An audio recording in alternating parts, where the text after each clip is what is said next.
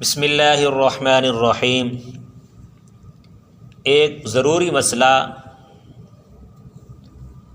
کہ آتش دان کہ جس جگہ آگ جلائی جاتی ہے، آگ روشن ہے یا تندور ہے، تو اس میں نماز پڑھنا کیسا ہے؟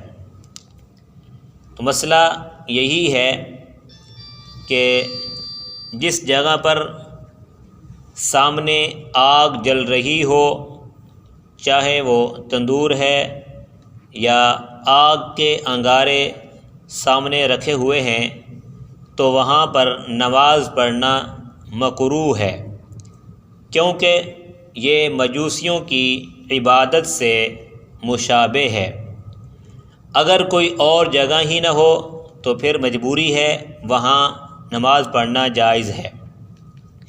اسی طرح اگر کسی کمرہ میں کسی جاندار کی تصویر ہے، چاہے وہ تصویر کسی انسان کی ہے یا کسی جانور کی تصویر ہے، تو وہاں پر نماز پڑھنا کیسا ہے، جائز ہے ناجائز ہے؟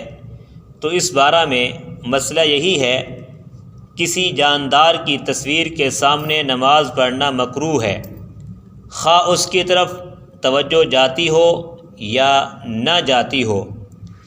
یہ تصویر خواہ نمازی کے سر کے اوپر یا آگے یا پیچھے یا دائیں یا بائیں یا برابر میں ہو۔ نہایت شدید کراہت اس میں ہے کہ تصویر نمازی کے آگے ہو۔ اس سے کم کراہت یہ ہے کہ وہ تصویر سر کے اوپر ہو، پھر دائیں جانب، اس کے بعد بائیں جانب اور پھر پیچھے ہونا ہے۔ ہاں اگر تصویر چھوٹی سی ہو کہ غور سے دیکھے بغیر نظر نہ آئے، جیسا کہ سکہ پر ہوتی ہے، تو وہ مکروہ نہیں ہے۔ چنانچہ اگر نمازی کے پاس سکے، روپے، کرنسی وغیرہ موجود ہوں تو نماز مکروہ نہیں ہے، اور اگر بڑی تصویر سر کٹی ہوئی ہو تو نماز مکروہ نہ ہوگی۔ درخت کی تصویر سامنے ہو تو نماز مکروہ نہیں ہوتی، خواہ وہ تصویر جاذب نظر ہو یا جاذب نظر نہ ہو، تو وہاں نماز پڑھنا صحیح ہے۔